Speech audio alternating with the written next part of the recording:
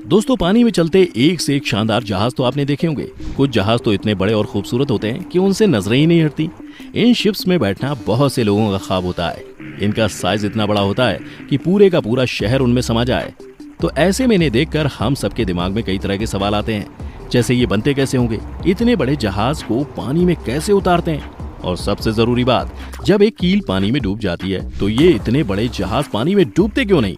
Tension मत लीजिए दोस्तों, आप बिल्कुल सही जगह आए हैं। आज इस वीडियो में हम आपके तमाम सवालों के जवाब आपको देंगे और साथ ही आपको बताएंगे कुछ इंटरेस्टिंग फैक्ट्स। जो पहले देखते हैं कि ये बड़े जहाज और क्रूज बनते कैसे हैं। अगर हम एक बड़े आलीशान जहाज को देखें तो साइज देखकर ही ये समझ में आ जाता है कि इसको बनाने में हजारों वर्कर्स लगते हैं, जो एक जहाज को बनाने में लगभग 2 से 3 साल का टाइम लगाते हैं। इसका वजन भी 1 लाख टन से ज्यादा होता है। आपको ये बात जानकर हैरानी होगी कि एक क्रूज शिप पर लगभग 8 से 8,500 लोग एक साथ सफर कर सकते हैं। दोस्तों, ये तो था बेसिक। अब देखते हैं मेकिंग प्रोसेस। वैसे कई कंपनीज हैं जो ये बड़े बड़े जहाज बनाती हैं, जैसे Hyundai heavy industries, Samsung heavy industries, Mitsubishi heavy industries, STX ship building, और इनके अलावा भी कई कंपनी हैं जो ये बड़े बड़े जहाज बनाती हैं। आज हम आपको मेकिंग दिखाएंगे, कैसे मित्सुबिशी हैवी इंडस्ट्रीज ने बनाया अपना एडा प्राइमा क्रूज। सबसे पहले तो इतने बड़े जहाज को कहां बनाया जाए, क्योंकि अगर समंदर से दूर बनाया जाए तो फिर इतने बड़े शिप को समंदर में ट्रांसपोर्ट करने में दिक्कत आ सकती है और एक शॉट में अरबों का नुकसान हो जाएगा। इसलिए मित्सुबिशी ने इसे अपने नागासाकी के शिपयार्ड पर बनाया। समंदर के किनारे पहले जहाज से बड़ा एक स्पेस बनाया गया और फिर उसमें से तमाम पानी को निकाल दिया गया। फिर जमीन पर छोटे छोटे ब्लॉक्स रख दिए जाते हैं और उनके ऊपर तैयार किया जाता है शिप का बेस, जिसके ऊपर खड़ा किया जाता है 8 मंजिल का शानदार जहाज। जहाज का ये बेस हार्ड स्टील से तैयार किया जाता है। वैसे तो पूरा जहाज ही स्टील का होता है, लेकिन बेस का मटेरियल ऊपर के मटेरियल से थोड़ा हैवी होता है। स्टील मेटल यूज करने की वजह यह भी है कि समंदर के खारे पानी से लोहे या किसी और मटेरियल के खराब और कमजोर होने की संभावना रहती है। और चूंकि बेस पर सब कुछ डिपेंड करता है, तो पहले स्टील की मोटी चादरों से बेस बनाया जाता है और फिर दोबारा उसके ऊपर स्टील रॉड बेल्ट की जाती हैं और फिर उसके ऊपर से स्टील की चादर लगाई जाती है, जिससे बेस फ्लोर या यूं कहें कि नींव तैयार की जाती है।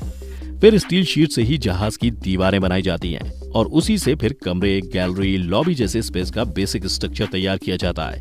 इसी तरह एक एक करके स्टील की चादर और रॉड से शिप के सारे फ्लोर और शिप का पूरा ढांचा तैयार किया जाता है। उसके बाद शुरू होता है जहाज के अंदर का काम। शिप के अंदर स्टील की सीलिंग बनाकर छत तैयार की जाती है। फिर पूरे जहाज के अंदर बिजली की सप्लाई के लिए वायरिंग की जाती है। लकड़ी और शीशे से जहाज के अंदर कमरे तैयार किए जाते हैं। यानी यूं कहें कि बेसिक डिजाइन के बाद काम शुरू होता है जहाज के आलीशान और खूबसूरत बनाने का, जिसके लिए जहाज में वो सब कुछ बनाया जाता है जिसकी आपको जरूरत पड़ सकती है। शिप को बनाने में लग्जरी का भी पूरा ख्याल रखा जाता है और साथ ही शिप के इंजीनियर आपकी सेफ्टी का भी पूरा ख्याल रखते हुए शिप को बनाते हैं। शिप का इंटीरियर इतना खूबसूरत होता है कि हर कोई देखता ही रह जाए। शिप के अंदर शानदार bedroom, bathroom, kitchen, gallery, lobby, pool, gym, casino, hospital, यहाँ तक कि शॉपिंग कॉम्प्लेक्स तक इतने दिलकश होते हैं कि देखने वाला पहली ही नजर में दीवाना हो जाए। कुल मिलाकर एक आलीशान क्रूज में वो हर चीज बनाई जाती है जो आपको किसी खूबसूरत शहर में मिलेगी। तभी तो लोग इन क्रूजों को पानी में चलने वाला आलीशान और खूबसूरत शहर भी बोलते हैं। और जब ये शानदार क्रूज बनकर तैयार हो जाता है तो इसके वेंटिलेशन के लिए शीशे का बड़ा सा जाल तैयार किया जाता है, जो शिप से बाहर तैयार होता है और बाद में उसे बड़ी क्रेनों की मदद से जहाज पर फिट कर दिया जाता है। इसके बाद जहाज में इंजन और ब्रॉन्ज का प्रोपेलर लगाया जाता है। ब्रॉन्ज का प्रोपेलर लगाने की वजह यह है, ब्रॉन्ज एल्यूमिनियम और सिलिकॉन का अलॉय होता है, जो कि खारे पानी में जंग नहीं पकड़ता। ये प्रोपेलर जितनी तेज घूमेगा, शिप उतना ही तेज चलेगा। इसीलिए कई बड़े शिप में एक से ज्यादा प्रोपेलर भी लगाए जाते हैं। उसके बाद जहाज की बॉडी पर जंग रोधक केमिकल लगाया जाता है ताकि समंदर के खारे पानी से जहाज को जंग न लगे, और फिर इसके ऊपर से जहाज पर प्रॉपर पेंट किया जाता है। उसके बाद जहाज को टेस्टिंग के लिए पानी में उतारा जाता है। टेस्टिंग के बाद जहाज को वापस वहीं पर लाया जाता है और जहाज में जो भी कमी मिलती है उसे ठीक किया जाता है और फिर सारा काम ओके होने के बाद जहाज पर डिजाइन और लोगो बनाया जाता है और इस तरह एक शिप बनकर तैयार हो जाता है। दोस्तों, ये तो थे कि शिप कैसे बनता है। अब सवाल ये आता है कि इतने बड़े जहाज को पानी में कैसे उतारते हैं, क्योंकि यहाँ पर एक छोटी सी गलती और ये समझ लो कि भाई गई भैंस पानी में। यहाँ भैंस का मतलब है कई 100 करोड़ रुपए। तो चलिए देखते हैं कि कैसे इन बड़े बड़े जहाजों को पानी में उतारा जाता है। जहाजों को समंदर या नदी में उतारने के लिए फ्लोटिंग आउट टाइप लॉन्चिंग तरीका सबसे आसान और सबसे कम खतरनाक है।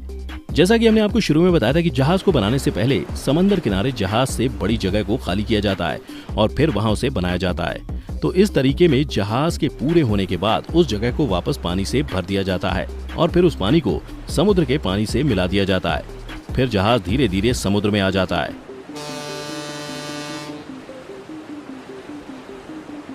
दोस्तों, ऐसे जहाज को इसके अलावा भी 3 तरीकों से पानी में उतारा जाता है, जिसमें सबसे पहला है ग्रेविटेशनल टाइप लॉन्चिंग।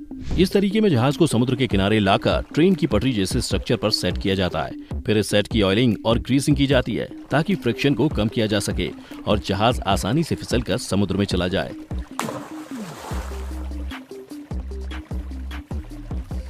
ऑयलिंग के बाद जहाज को सेट पर रखा जाता है और फिर जहाज फिसलते हुए पानी में चला जाता है। इसको ग्रेविटेशनल टाइप लॉन्चिंग इसलिए बोलते हैं क्योंकि यहाँ पर जब जहाज को सेट पर रखा जाता है उसके बाद शिप की लॉन्चिंग का काम ग्रेविटी खुद करती है। हालांकि जब ऑयल और ग्रीस पर फिसलते हुए जहाज पानी में जाता है तो जहाज के साथ अच्छा खासा ऑयल और ग्रीस भी समंदर में चला जाता है, जिससे समुद्र में काफी पॉल्यूशन फैलता है। Airbag launching. दोस्तों, ये है शिप लॉन्चिंग का सबसे सिंपल तरीका। इसमें सिलेंडर जैसे बड़े बड़े एयरबैग्स पर जहाज को रखा जाता है और उसे पानी में छोड़ दिया जाता है।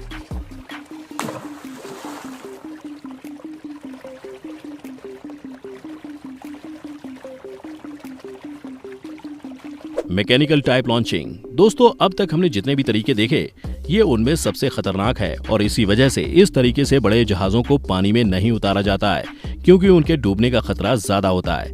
इस तरीके में ट्रक, क्रेन या किसी और मशीन की मदद से जहाज को उठाया जाता है और पानी में रखा जाता है। अब आप समझ ही गए होंगे कि सिर्फ छोटे जहाजों के लिए ही ये तरीका कारगर है। तो दोस्तों, अब आप समझ ही गए होंगे कि बड़े बड़े जहाज बनते कैसे हैं और बनने के बाद पानी में कैसे उतरते हैं। तो हमें कमेंट करके बताएं कि आपके हिसाब से कौन सा तरीका सबसे ज्यादा इफेक्टिव है। दोस्तों, अब हमें ये तो पता है कि पानी में इन्हें उतारा कैसे जाता है, लेकिन जब एक छोटी सी कील पानी में डूब जाती है तो ये बड़े बड़े जहाज पानी में तैरते कैसे हैं, ये डूबते क्यों नहीं है? टेंशन मत लीजिए, हम बताते हैं। ग्रेविटेशन की वजह से हर चीज धरती की तरफ आती है और इसी वजह से पानी में कील, गेंद या कोई भी चीज डूबती है। लेकिन फिर शिप क्यों नहीं डूबते? दोस्तों, यहाँ पर काम आता है आर्किमिडीज प्रिंसिपल, जो ये कहता है कि जो भी चीज हम पानी पर डालते हैं जितना उसका वजन होता है उतना ही पानी वो सतह से हटाती है। अब दूसरी चीज ये है कि जब कोई भी चीज पानी में जाती है तो उसका वजन कम होना शुरू हो जाता है। ऐसा इसलिए होता है क्योंकि ग्रेविटेशनल फोर्स तो उस चीज को नीचे खींच रहा है, पर एक दूसरा फोर्स जिसे हम बॉयंट फोर्स कहते हैं वो उसे ऊपर धकेल रहा है। आपने अक्सर देखा होगा कि कुछ चीजें पहले तो पानी में डूब जाती हैं पर फिर वो ऊपर आ जाती हैं। ऐसा बॉयंट फोर्स की वजह से होता है। इसके अलावा कोई चीज अगर अंदर से खाली हो तो वो भी पानी में तैरने लगती है। अब यहाँ पर काम करती है डेंसिटी। ज्यादातर जो जहाज होते हैं वो साइज में तो बहुत बड़े होते हैं, पर साइज के मुकाबले वजन बहुत कम होता है। जैसा कि हमने आपको बताया कि जहाज एल्यूमिनियम से बनते हैं, जो कि बहुत हल्की धातु होती है। जहाज इस तरह बनाया जाता है कि उसकी डेंसिटी पानी की डेंसिटी से कम होती है और नीचे वाला हिस्सा बिल्कुल खाली होता है और वो अपने वजन के मुकाबले अपने आकार के हिसाब से कम पानी हटाता है और पानी में तैरने लगता है। आसान तौर पर समझने के लिए आप एक ही आकार की 2 गेंद लीजिए, एक लोहे की और दूसरी रबर की। जहां लोहे की गेंद में लगभग आधा से 1 किलो वजन होगा तो वहीं रबर की गेंद खाली होगी और उसमें 200 से 250 ग्राम वजन होता है। और इसीलिए जो रबर की गेंद होती है वो कम पानी को सतह से हटाती है और पानी के ऊपर तैरती है।